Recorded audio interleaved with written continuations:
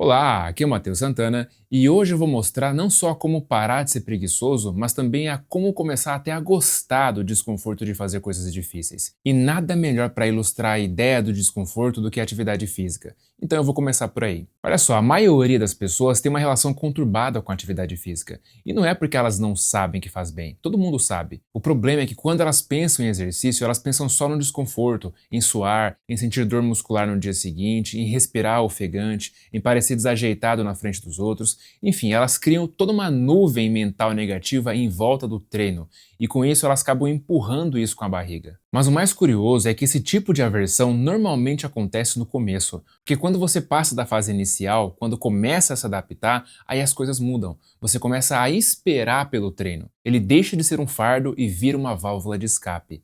O que antes parecia desconfortável, agora parece necessário. E aí, quando você não treina, você sente falta. O ponto é que a maioria das pessoas nunca passa da fase inicial. Elas vivem nesse ciclo de começar, parar, se sentir mal, tentar de novo e parar de novo. E grande parte disso acontece porque elas criam associações mentais erradas. Elas associaram o exercício com punição, esforço excessivo, sofrimento, e não com tudo que ele realmente traz de bom, que é clareza mental, aumento da autoestima, redução do estresse, sensação de controle, disciplina e bem-estar. E tem mais, a maioria das pessoas ainda vive no modo mental de evitar o desconforto a qualquer custo. Só que isso é uma armadilha, porque tudo que realmente transforma a sua vida exige algum nível de desconforto. O crescimento exige esforço, a disciplina exige dor. Tudo bem, mas é uma dor que constrói, e o exercício físico é uma das formas mais simbólicas de mostrar isso para você mesmo. É por isso que eu digo, o exercício físico não é só sobre estética, não é sobre postar foto no espelho ou seguir uma modinha na academia. É sobre construir uma mente forte dentro de um corpo que acompanha. Quando você se compromete com um treino, mesmo estando cansado, mesmo sem vontade, você está mandando um recado para si mesmo que diz: quem manda aqui sou eu, não meu impulso, não minha preguiça. Entende? Porque o treino em si é só um espelho. A forma como você se comporta ali dentro reflete exatamente como você lida com o resto da sua vida. Então, se você é do tipo que desiste na primeira dificuldade, você vai desistir de manter o treino e provavelmente vai desistir também quando enfrentar problemas no trabalho, no relacionamento e nos seus projetos pessoais. Agora, se você começa a se provar que é capaz de seguir firme, mesmo com preguiça, mesmo com dor, mesmo com o tempo apertado, isso cria um novo padrão, um novo caminho neural. E aos poucos, esse padrão se espalha para outras áreas da sua vida.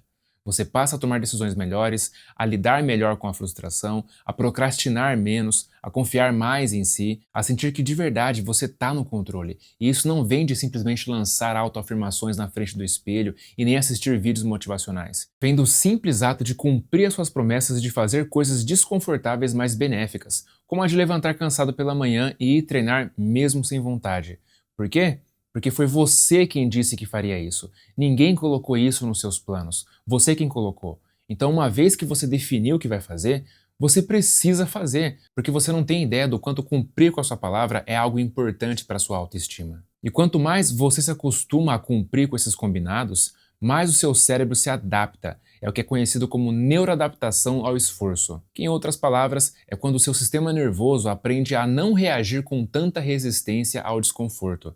E isso é real, tanto é que isso já foi observado em estudos com atletas, com meditadores e com praticantes de atividades físicas intensas. E o que a ciência mostra é que essas pessoas não simplesmente nasceram mais disciplinadas do que os outros, elas só se expuseram ao desconforto por tempo suficiente para que o cérebro parasse de vê-lo como uma ameaça. E isso vale para todo mundo. Não é sobre ser fitness, é sobre ser funcional, forte, centrado. Porque quando o seu corpo funciona bem, tudo melhora. Sua concentração melhora, seu humor, sua energia, sua paciência. E o contrário também é verdadeiro. Quando você está sedentário, com dor, com tensão acumulada, tudo vira um gatilho. Você fica mais reativo, mais impaciente e mais irritado com pequenas coisas, cara.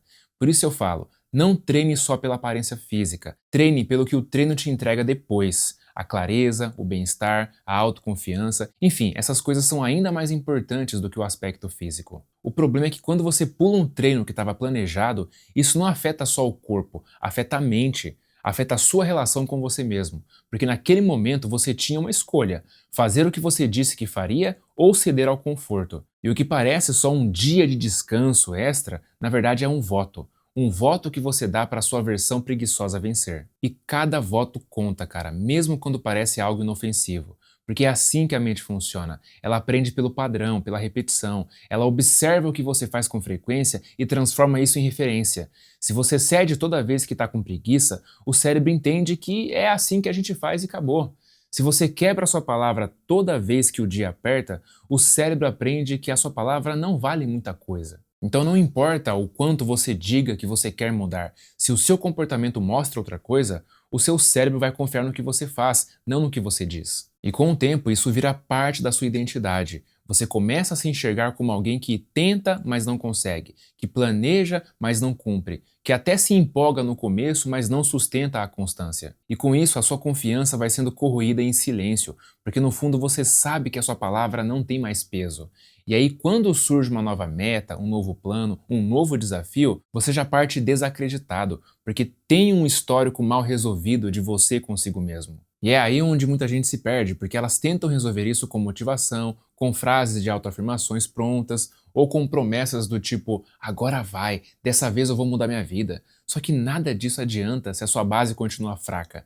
Porque a base da autoconfiança está diretamente relacionada com o quão consistente você consegue ser em cumprir com a sua palavra. É você se tornar alguém que faz o que diz que vai fazer mesmo quando não está com vontade. Na verdade, principalmente quando não está com vontade. É isso que fortalece a sua autoestima de verdade. Não é o resultado final, é o processo que você constrói enquanto ninguém está vendo. E claro, eu não estou dizendo aqui que você precisa ser perfeito. Óbvio que vai ter dia que você vai estar cansado, sobrecarregado mentalmente, esgotado e vai acabar faltando. Isso é normal. O problema não é a exceção. O problema é quando a exceção vira regra. Quando você sempre encontra um motivo para faltar. Quando o padrão vira hoje não dá, amanhã eu compenso. E esse amanhã nunca chega. Porque é isso que mata a constância. E sem constância, você nunca vai ver o que realmente seria capaz de construir. O que muda a sua vida não é um treino incrível num dia aleatório. É a soma dos treinos normais, feitos com regularidade, mesmo quando você não está 100%. Porque quando você treina mesmo nesses dias, você se respeita mais, sabe? E esse autorrespeito respinga na forma como você trabalha, como você se relaciona e como você toma decisões. Porque uma pessoa que treina com consistência não é só alguém que tem um corpo mais forte e saudável, é alguém que tem mais domínio próprio, que consegue olhar para a preguiça, para o cansaço, para a vontade de procrastinar e agir mesmo assim. Imagina o quão poderoso é isso. Isso cria uma casca diferente, sabe? Você deixa de ser alguém refém do seu estado emocional e passa a ser alguém que age baseado em princípios. E isso no mundo real é algo raro e valioso. É por isso que fazer exercícios físicos, principalmente de alta intensidade, é tão poderoso. Porque fora os imensos benefícios para a saúde, você manda uma mensagem para o seu cérebro de que você é capaz de buscar o desconforto intenso voluntariamente, simplesmente porque você quer. Porque você é quem manda. E que, portanto, você também é capaz de passar por qualquer outro desconforto que precisar para alcançar um objetivo valioso. E construir essa percepção sobre si mesmo é algo que te fortalece demais. Porque quanto mais você repete esses comportamentos desafiadores, mais você se vê como alguém forte. E quanto mais você se vê como alguém forte, mais fácil fica repetir esses comportamentos. É um ciclo virtuoso, mas também pode ser um ciclo destrutivo se você alimenta o oposto. Porque do mesmo jeito que a disciplina fortalece a identidade, a fuga constante do desconforto a enfraquece. Então, se toda vez que você planeja algo, você mesmo sabota esse plano, a sua mente começa a desconfiar de você. E isso vai te corroendo por dentro, porque você sente que não consegue mudar, que está travado, que tudo na sua vida é difícil, quando na verdade o que está faltando é você voltar a honrar a sua palavra, voltar a ter um compromisso real com aquilo que você diz que é importante, mesmo que você comece pequeno. E esse é o ponto mais importante. Não adianta criar metas gigantescas se você não consegue nem sustentar o básico. Começa com um treino a cada 2 dias, se for o caso, mas cumpra, faça chuva ou faça sol, estando animado ou não. Porque não é sobre o treino em si, é sobre reconstruir a credibilidade que a sua palavra tem. É sobre fortalecer a ponte entre a sua intenção e a sua ação. Portanto, para mim, hoje, treinar é muito mais sobre fortalecer uma identidade do que sobre estética. E é exatamente essa mesma visão que eu te recomendo a começar a ter também. Não estou dizendo que você não pode começar mirando a estética, é claro que pode. Eu comecei mirando isso também.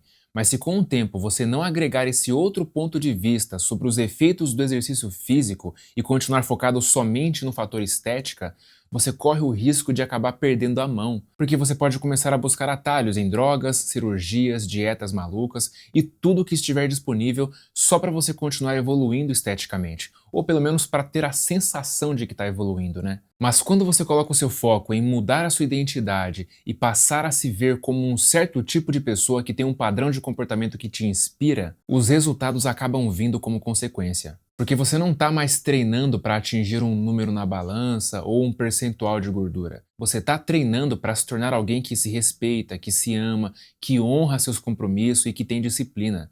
E isso, com o tempo, inevitavelmente transforma o seu físico também. Só que de forma sustentável, saudável e progressivamente, sem queimar etapas. Quando você foca em construir quem você quer ser e não apenas como você quer parecer, os resultados eles vêm mais devagar, mas eles vêm para ficar.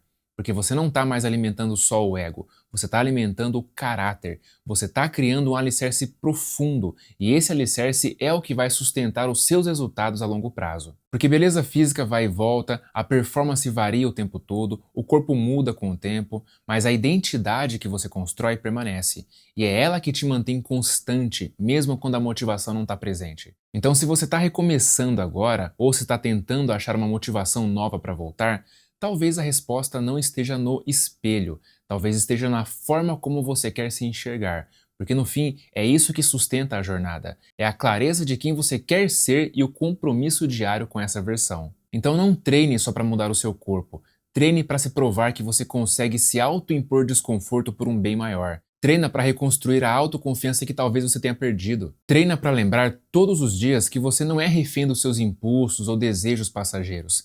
Treina para você lembrar que você está acima deles, porque cada treino que você cumpre, mesmo sem querer, é uma pequena declaração de que você é quem está no controle. E quando isso vira hábito, também vira parte da sua identidade. E quando isso acontece, você não precisa mais se esforçar tanto para continuar. Você simplesmente continua porque agora esse é quem você é. E essa questão da construção de identidade é tão importante que eu tenho uma aula só sobre isso dentro do treinamento Hábitos 360. Porque isso não é só um detalhe, isso é vital num processo real de mudança de hábitos. Não só para começar uma mudança, mas para sustentá-la ao longo do tempo. E para isso, ela tem que se tornar parte de quem você é e não apenas algo que você faz de vez em quando. Então, se você quiser conhecer esse treinamento, que é totalmente baseado em neurociência e nos livros mais renomados sobre o assunto, clica no primeiro link da descrição e assiste o vídeo que eu preparei para você lá.